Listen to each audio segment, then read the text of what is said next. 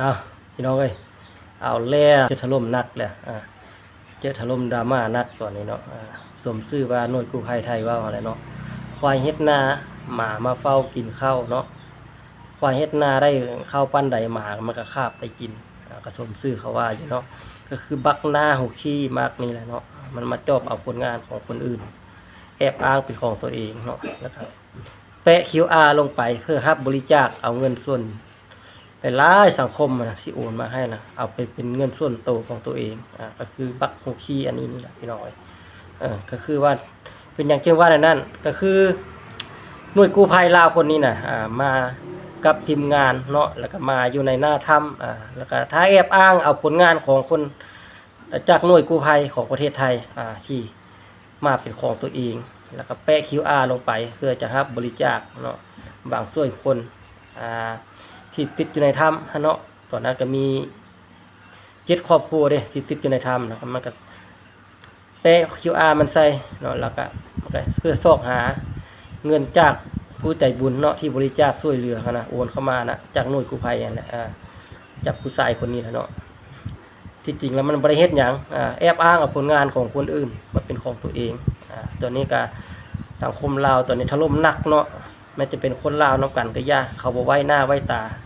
คนที่บ่ดีเนาะคนที่เห็นแก่ตัวคนแบบนี้นะก็คือตอนนี้เนาะทุกช่องทุกครีเอเตอร์แซ่กันยับตัวนี้ด่ายับเลยตัวนี้เนาะดราม่าหนักขนาดเลยส่งจากเหตุการณ์ที่หน่วยกู้ภัยของลาวเนาะที่ไปเฮ็ดแบบนี้ตอนนี้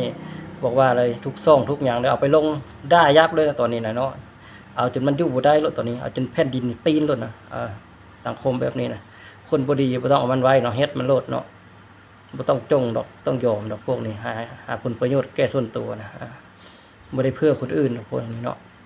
บ่คิดเห็นใจครอบครัวผู้อื่นจังน้อยเลยผู้ที่เขารอท่าความช่วยเหลือตัวเองแฮงมาเฮ็ดเป็นแบบนี้เนาะเฮ็ดให้ครอบครัวเขานี่แฮงหมดโอกาสเลยฉะนั้นล่ะตอนนี้บ่อนสังคมด้วยนะไปลุมปะลุมรถบ่ให้มันอยู่แผ่นดินนี้ได้โลดเนาะมันจะไปตายจังได๋ให้มันไปรถนะเอามัน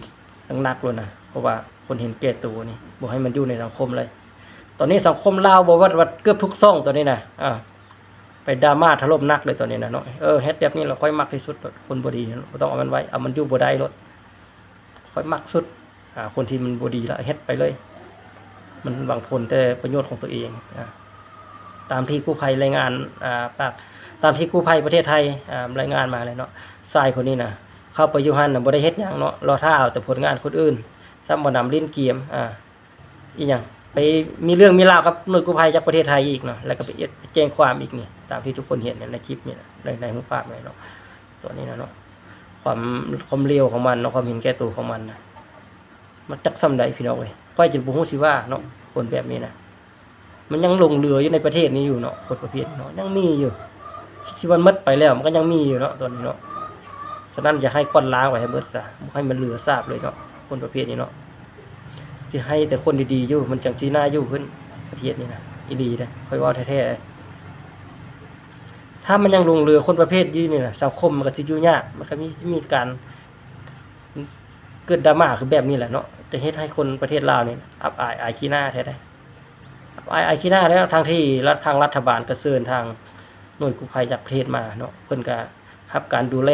หน่วยงานจากกู้ภัยอย่างเป็นอย่างดีแต่ตัวเองมาเฮ็ดเป็นแบบนี้จนหน่วยกู้ภัยจากประเทศไทยจนได้ถอนตัวออกจากพื้นที่จนได้กลับประเทศไปก็ย้อนบักนี้บักเดียวจะย้อนมันเฮ็ดซั่วๆแนวนี้แหละฉะนั้นขอวอนสังคมไปปรุมได้แล้วจะให้มันได้อยู่กับแผ่นดินนี้เลยคนลาวนี่เขาจะเฮ็ดให้สังคมลาวคุมื้อนี้ถ้าเกิดเหตุการณ์แบบนี้เนี่ยเขาจะบ่ไว้หน้าเนาะเขาจะถล่มจะโลดเอาจนเจ้าอยู่บ่ได้พุ่นน่ะเจ้าอยู่บ่ได้กินบ่เป็นโลดเนาะเพราะว่าคนบ่ดีนี่ทุกมื้อนี้มันไปไวเนาะอย่าลิ้นกับระบบเด้อคุมื้อนี้เนาะไปบอกตรงๆโลดคนลาวน่ะเขาบ่ได้โง่ดอกมันบ่ได้เฮ็ดหยังเห็นบ่ปานนั้นได้ใบย่อๆเสยพุ่นคำพูดของมันน่ะมาแอบอ้างเอาผลงานผู้อื่นคนไทยก็บางคนก็บ่ได้สำใบย่อๆเขาจนออกมาเว้าเนาะควายเฮ็ดนาหมามาเฝ้ากินข้าวอันนี้แหละสมชื่อเขาว่าอยู่ฉะนั้นสังคมลาวก็บ่พอใจกับเรื่องนี้เนาะ เขาก็เลยไปดราม่าถล่มหนักตอนนี้ก็คือมีการเคลื่อนไหวเล็กน้อยคือว่านี่แหละก็จะสิ้นแล้วเนาะแต่ว่าเคลื่อนไหวบ่เคลื่อนไหวเขาก็บ่ไว้เนื้อเชื่อใจนั่นแหละเพราะว่าเฮ็ดให้สังคมลาวนี่เสียขี้หน้าหมดประเทศเนาะเพราะว่าหมอนี่มันไปแจ้งอยากจับหน่วยกู้ภัยประเทศไทยเนาะฉะนั้นหน่วยกู้ภัยประเทศไทยเขาจึงถอนตัวออกจากถ้ำเนาะเพราะว่าเขาบ่อยากมีเรื่องมีราวกับหน่วยกู้ภัยของประเทศลาวกับคนนี้ละคนเดียวนี่แหละที่ให้หน่วยกู้ภัยจากประเทศไทยกลับบ้านไปเนาะถอนตัวกลับบ้านไปจนเบิดก็ย้อนบักหน้าหมาบักอันนี้นี่แหละที่เฮ็ดให้เขาถอนตัวออกจากถ้ำเนาะถึงบ่สามารถช่วย2ครอบครัวที่ยังติดอยู่ในถ้ำได้ก็ย้อนบักขี้หน้าหมาตัวนี้เนาะมาเฮ็ดแบบนี้เนาะมันเห็นแก่ตัวอีหลีเห็นแก่ตัวโคตรเลยขอให้ทุกคนไปปลุ้มด่ามันโดดเนาะขอให้มันทราบแซงมันเด้ขอให้กับสิทราบแซงคือกันเนาะขอให้มันเกิดขึ้นกับครอบครัวของมันโดดผู้ชายคนเห็นแก่ตัวแบบนี้นะคนเห็นแก่ตัวส่วนตัวแบบนี้เห็นแก่ได้แบบนี้เนาะขอให้มันเกิดขึ้นกับครอบครัวของมันเนาะสาธุให้มันเกิดขึ้นกับมันได้แล้วพี่น้องเอ้ยช่วยไปด่าช่วยกันพี่น้องเอ้ยเอาจนมันอยู่บ่ได้ในโลกนี้พุ่นเนาะสังคมแบบนี้นะจะให้มันได้อยู่แผ่นดินเลยอีหลีเลยทุกคนมัดประเทศเนี่ยเขาร่วมแห้งร่วมใจกันเนาะ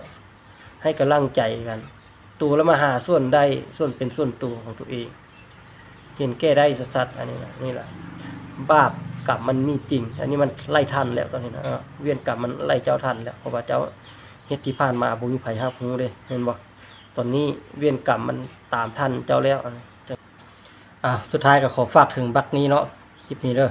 ขอฝากถึงมังผู้นี้ผู้เดียวถ้ามันบ่ทันตายนะออกมาหาได้ออกมาเว้าได้เนาะถ้ามันตายแล้วก็ดีถ้าบ่ทันตายก็ออกมาเว้าได้พอสิได้ให้สังคมประลุมด่าเนาะตีนทีมหน้าบักหน้าหมาบักส้นตีนบักหน้ากระตูดก็ขอฝากคลิปนี้ไปหามันเด้อทุกคนเด้อแซ่ไปหามันรถเนาะ